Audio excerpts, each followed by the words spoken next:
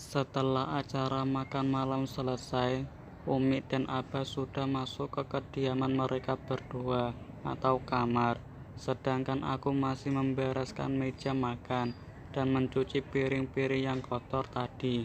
Sebenarnya Umi ingin membantuku, tapi aku menolaknya.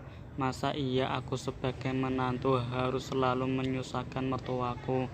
Kan ndak enak. Toh ini juga sudah menjadi tugasku sekarang sebagai seorang istri dan menantu. Tapi yang membuatku jengkel adalah Gus kurang otak ini ndak mau kembali ke kamar dan kakek ingin membantuku cuci piring. Dasar benar-benar keras kepala nih ini orang. Wis toh Gus, jenengan kembali saja ke kamar duluan, pintaku, sambil mencuci piring kotor tadi. Sedangkan dia malah main air di wastafel sambil membilas piring-piring yang sudah kucuci tadi. Tapi saya masih mau bantu kamu cuci piring, jawabnya tanpa menghiraukan perkataanku. Gus, ndak enak nanti kalau Abah dan Umi sampai lihat. Nanti dikira saya yang minta Gus buat bantu saya cuci piring, sambungku dengan nada pelan dan sedikit lembut, agar Gus otak separuh ini mau nurut. Tapi yang namanya kepala batu masih aja tetap kekeh ndak mau nurut. Ndak akan Umi dan Abah sudah masuk, jawabnya, masih terus membilas satu persatu piring yang sudah kucuci. Toh juga kamu kan enak cepet selesai cuci piringnya, dan kita bisa cepat bikin dedeknya, sambungnya lagi. Seenaknya saja tuh orang kalau ngomong, asal ceplos ndak disaring dulu. Seketika aku pun langsung mengusap wajahnya dengan tanganku yang penuh busa, biar tahu rasa tugus. Dasar Gus otak separuh, seenak jidatnya kalau ngomong, ucapku, sambil mengusapi wajahnya dengan busa sabun. Alhasil wajahnya sekarang sudah penuh dengan busa. Dija, kok wajah saya juga dicuci sih? Kan udah ganteng, jawabnya kepedean. Biarin, sekalian kalau bisa otak Gus juga saya cuci, biar bersih dan ndak mikir kotor lagi, jawabku kesal. Siapa juga yang mikir kotor, lawang saya cuma mau bikin dedek sama kamu, sambungnya lagi, masih saja ndak ada kapok-kapoknya. Wis toh Gus, ndak usah macem-macem, jawabku kesal. Siapa yang mau macem-macem, lawang saya cuma minta satu macem kok, sambungnya lagi, tanpa merasa kesal dengan ocehanku. Seketika aku pun mencubit perutnya, biar dia itu kapok dan ndak ngeselin lagi.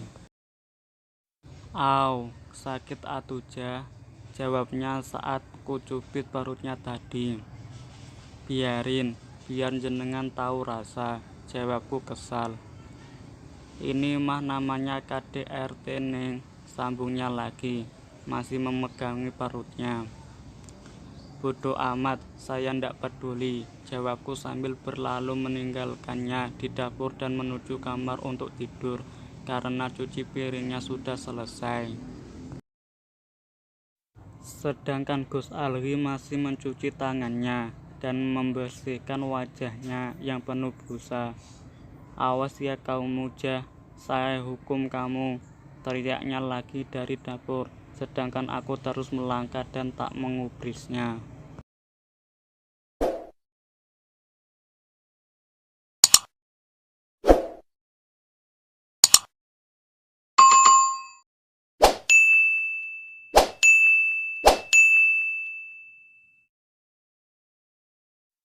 Skip di kamar.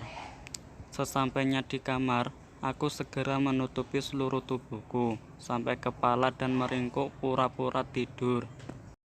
Sebenarnya tadi aku kasihan pada Gus Alwi saat ku penuhi wajahnya dengan busa. Tapi ya mau bagaimana, aku sudah terlanjur kesal. Tapi kenapa ya, dia itu selalu saja ngeselin. tapi aku itu tidak pernah benar-benar bisa marah padanya. Bahkan terkadang lucu saja rasanya saat dia sebagai seorang suami mau membantu istrinya cuci baju dan cuci piring, padahal dia adalah seorang putra kiai yang terhormat. Sebenarnya aku tidak pernah membenci Gus Alwi, hanya saja sifatnya yang keras kepala itu membuatku harus selalu banyak istighfar. Bagaimana tidak setiap waktu dia selalu membuatku jengkel. Tapi entah kenapa dari lubuk hatiku yang paling dalam, aku suka sifatnya yang suka ngeselin itu. Jika mungkin suatu hari nanti aku dengannya berpisah, aku pasti akan sangat merindukan sifat konyol dan tengilnya itu. Apakah akan selamanya aku dan Gus Alwi seperti ini? Aku takut kehilangannya. Jika suatu hari nanti kami harus berpisah, karena pernikahan ini terjadi bukan atas dasar cinta. Entah kenapa aku hanya takut untuk kehilangannya. Aku pun tak mengerti. Yang jelas aku hanya ingin selalu menghabiskan waktu bersamanya. Entah sampai kapan.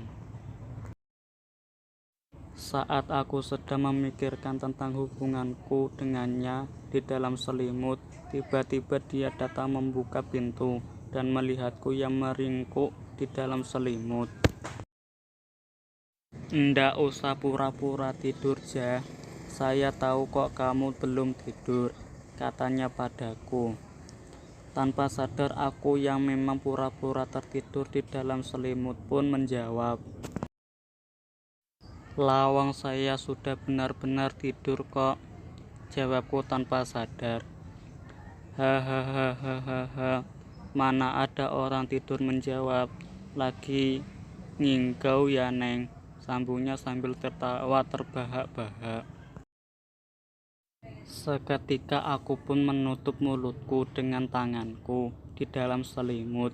Saat aku menyadari kekonyolanku, malu sekali rasanya. Dasar Khadijah Oon, masa iya udah tidur tapi masih ngejawab. "Hahaha, Jah, ngapain toh sembunyi dalam selimut?" tanya Gus Alwi yang masih tertawa, tapi ndak sekeras tadi. Lalu dia juga naik ke ranjang. Karena ranjangnya bergerak, jadi aku tahu kalau dia naik. Dia sudah berbaring di sampingku, sedangkan aku masih bersembunyi dalam selimut dan tak menghiraukannya. Sedangkan hujan di luar kembali turun lebih deras lagi. "Jah, bagi dong selimutnya.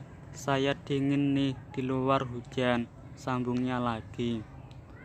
"Ndak, Gus, ambil saja selimut yang lain di lemari," jawabku masih dalam selimut. "Tapi saya mau selimut yang kamu pakai," jawabnya. Menyebalkan sekali rasanya.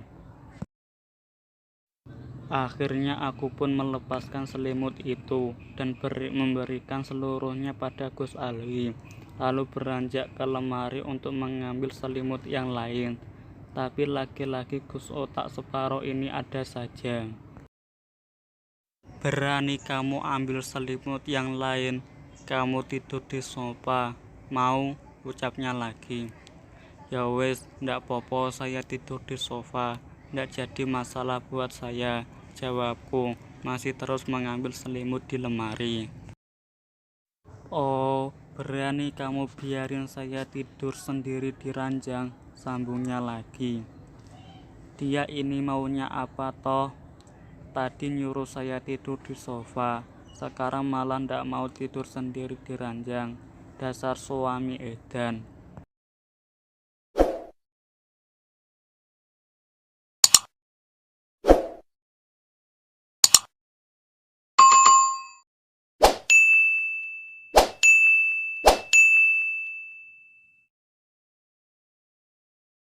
"Lawang tadi jenengan yang nyuruh saya tidur di sofa. Ya wes, malam ini saya tidur di sofa," jawabku kesal sambil membaringkan tubuhku di sofa setelah mengambil selimut di lemari dan mulai memejamkan mata. Tapi saat aku sudah memejamkan mata dan mau tidur, tiba-tiba Gus Ali mengangkat tubuhku dari sana. Aku pun terkejut dan berteriak, meronta-ronta minta diturunkan. Ya Allah, turunin saya Gus, kataku sambil memukul dadanya pelan. Iya, saya turunin, jawabnya saat sudah membaringkan tubuhku di ranjang. Jangan pernah tinggalkan saya ya Jah, sambungnya lagi saat sudah membaringkanku di sampingnya. Sedangkan aku langsung menutup mataku untuk segera tidur. Kelewat kesal sih, jadi aku sudah ndak meladeninya lagi. Tapi apa maksudnya tadi? Jangan tinggalkan saya. Aku ndak mengerti. Ah, ya sudahlah, aku ingin tidur. Sudah malam. Aku pun tidur dengan keadaan memunggunginya karena sudah terlanjur kesal. Tapi Gus Alwi malah berani-beraninya memelukku dari belakang. Ya sudahlah, aku lelah berdebat dengannya. Toh dia suamiku.